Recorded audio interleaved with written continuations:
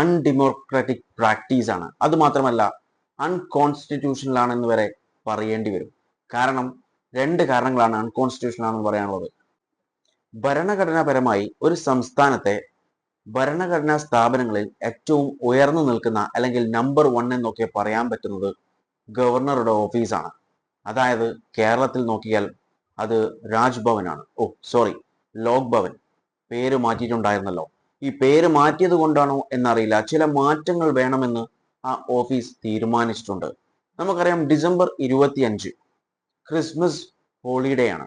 എന്നാൽ അന്ന് ലോക് ഭവനിലെ എല്ലാ സ്റ്റാഫുകളും ലീവ് എടുക്കാതെ അറ്റൻഡ് ചെയ്യണം, കമ്പൽസറി ആയി അറ്റൻഡ് ചെയ്യണം എന്നാണ് ഉത്തരവ് വന്നിട്ടുള്ളത്. കാരണം വാജ്പേയിയുടെ ബർത്ത്ഡേ ആയതുകൊണ്ട് അന്ന് ഗുഡ് ഗവേണൻസ് ഡേ പ്രോഗ്രാം നടക്കുന്നുണ്ട്. ആ പ്രോഗ്രാമിന് എല്ലാവരും ലീവ് എടുക്കാതെ അറ്റൻഡ് ചെയ്യണമെന്നാണ് ഡയറക്ഷൻസ് കൊടുത്തിട്ടുണ്ടായിരുന്നത്. നമ്മൾ മനസ്സിലാക്കണം, ഈ ഗവർണറുടെ ഓഫീസ് എന്ന് പറയുന്നത് ഭരണഘടന പരമായി രൂപീകരിക്കപ്പെട്ടതാണ്. അപ്പോൾ ഭരണഘടനാപരമായിട്ടുള്ള കാര്യങ്ങളൊക്കെ ശ്രദ്ധിക്കേണ്ട ചുമതല അവിടെ ഇരിക്കുന്ന ആളുകൾക്കാണ്. അങ്ങനെ വരുമ്പോൾ ഭരണഘടനയിൽ ഏറ്റവും പ്രധാനമായി പറഞ്ഞിട്ടുള്ള ഒരു കാര്യമുണ്ട്. ഫണ്ടമെന്റൽ റൈറ്റിൽ പ്രധാനപ്പെട്ട ഒരു കാര്യമാണ് ഫ്രീഡം ഓഫ് റിലീജിയൻ എന്ന് പറയുന്നത്. എന്നാൽ ആ റിലീജിയസ് ഫ്രീഡത്തെയാണ് അവിടെ ചോദ്യം ചെയ്തിട്ടുള്ളത്. കാരണം ഡിസംബർ 25 ക്രിസ്മസ് ഹോളിഡേ ആണ്. ആ ഹോളിഡേ എന്ന് പറയുന്നത് വെറും ഒരു ഹോളിഡേ അല്ല, ഗസറ്റഡ് ലീവ് പ്രഖ്യാപിച്ചിട്ടുള്ള ഒരു ഹോളിഡേ ആണ് ഡിസംബർ 25 എന്ന് പറയുന്നത്. അന്നാണ് ഗവൺമെന്റ് സ്റ്റാഫിനൊക്കെ ഹോളിഡേ ആയിട്ടുള്ള അന്ന് നിർബന്ധമായിട്ടും നിങ്ങൾ എത്തണം എന്നാണ് പറഞ്ഞിട്ടുള്ളത്. ആ ലീവ് എടുക്കരുത് എന്ന അതിന്റെ ഉദ്ദേശം നമുക്കൊക്കെ വ്യക്തമാണ്. ഡിസംബർ 25 ക്രിസ്മസ് ഹോളിഡേ ആഘോഷിക്കേണ്ട ആരും എന്നാണ്, അതായത് ലോക് ഭവനിലെ സ്റ്റാഫ് ആരും വേണ്ട എന്നാണ് അതിന്റെ അർത്ഥം.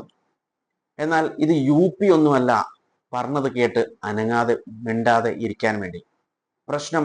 പ്രശ്നമായതോടെ ലോക് ഭവനിൽ നിന്നും ഉത്തരവ് വന്നു, നിർബന്ധമായിട്ടും ആരും വരേണ്ടതില്ല, വേണ്ടെന്നവർക്ക് ഒരു ഓപ്ഷണലായിട്ട് കൊടുത്തു.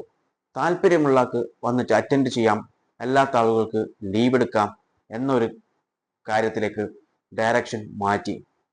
ഒരുപക്ഷെ ഇത് UP അല്ലെങ്കിൽ മറ്റു സ്ഥലമാണെങ്കിൽ അവരത് കേട്ട് മിണ്ടാതിരിക്കുമായിരുന്നു. പക്ഷേ ഇത് കേരളമാണ്, അതിവിടെ നടക്കില്ല. നമുക്കറിയാം നമ്മളുടെ ഗവർണർ ഒരുപാട് കോൺട്രവേഴ്സീസ് ഉണ്ടായിക്കൊണ്ടിരിക്കുന്നുണ്ട്. അത് ഏറ്റവും വലിയ കോൺട്രവേഴ്സി ആയിട്ടുള്ള ഒരു വിഷയമാണ് ഭാരതാംബ എന്ന് പറയുന്നത്. അങ്ങനെ ഒരുപാട് പ്രശ്നങ്ങളാണ്. ഈ ഗവർണറെ സ്ഥാപിക്കുന്നത് പ്രശ്നങ്ങൾ ഉണ്ടാക്കാനല്ല, എന്തെങ്കിലും പ്രശ്നങ്ങൾ ഉണ്ടെങ്കിൽ അത് സോർട്ട് ഔട്ട് ചെയ്യാൻ വേണ്ടിയിട്ടാണ്. പക്ഷേ നമ്മുടെ കേരളത്തിലെ ഗവർണർ ഓരോ ദിവസം പ്രശ്നങ്ങൾ ഉണ്ടാക്കിക്കൊണ്ടിരിക്കുകയാണ്. നമുക്കറിയാം ഗവർണറും നമ്മുടെ CM ആയിട്ടുള്ള പ്രശ്നങ്ങൾ, അത് കോടതി വരെ എത്തിയ പ്രശ്നമാണ്. അതുപോലെ ഒരുപാട് പ്രശ്നങ്ങൾ ഉണ്ടായിക്കൊണ്ടിരിക്കുന്നുണ്ട്. ഈ ഗവർണറുടെ ഒരു റോൾ എന്ന് പറയുന്നത് സ്മൂത്ത് ഫങ്ഷനിങ് ഓഫ് സ്റ്റേറ്റ് ആണ്. സ്റ്റേറ്റിന്റെ സ്മൂത്ത് ഫങ്ഷനിങ് ഉറപ്പുവരുത്തുക എന്നുള്ളതാണ്. പക്ഷേ നമ്മുടെ ഗവർണർ സ്മൂത്ത് ഫങ്ഷനിങ് ഡിസ്റപ്റ്റ് ചെയ്യാൻ ശ്രമിച്ചുകൊണ്ടിരിക്കുകയാണ്, ഇതുപോലെ ഉത്തരവിട്ടിട്ട്. ഈ ഒരു ഉത്തരവ് എന്ന് പറയുന്നത് അൺഡെമോക്രാറ്റിക് പ്രാക്ടീസ് ആണ്. അതുമാത്രമല്ല അൺകോൺസ്റ്റിറ്റ്യൂഷണൽ ആണെന്ന് വരെ പറയേണ്ടി വരും. കാരണം രണ്ട് കാരണങ്ങളാണ് അൺകോൺസ്റ്റിറ്റ്യൂഷണൽ ആണെന്ന് പറയാനുള്ളത്. ഒന്നാമത്തെ കാരണം എന്ന് പറയുന്നത്, നമുക്കറിയാം നമുക്കെല്ലാവർക്കും റിലീജിയസ് ഫ്രീഡം ഉണ്ട്, ഫ്രീഡം ഓഫ് റിലീജിയൻ. അതിനെ ഹനിക്കാൻ ശ്രമിച്ച ഒരു ഉത്തരവാണിത്.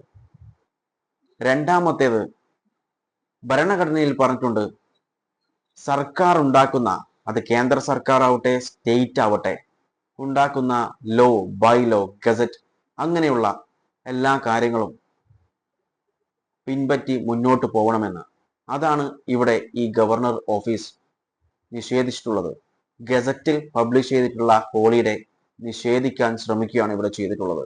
പക്ഷേ ആളുകളുടെ പ്രതിഷേധം കാരണം അവസാനം അവരവരുടെ ഉത്തരവിൽ നിന്നും പിന്മാറി, ഓപ്ഷണലാക്കി. താല്പര്യമുണ്ടെങ്കിൽ വന്നിട്ട് അറ്റൻഡ് ചെയ്യാം, ഇല്ലെങ്കിൽ പ്രശ്നമില്ല എന്നൊരു രൂപത്തിലേക്ക് മാറി.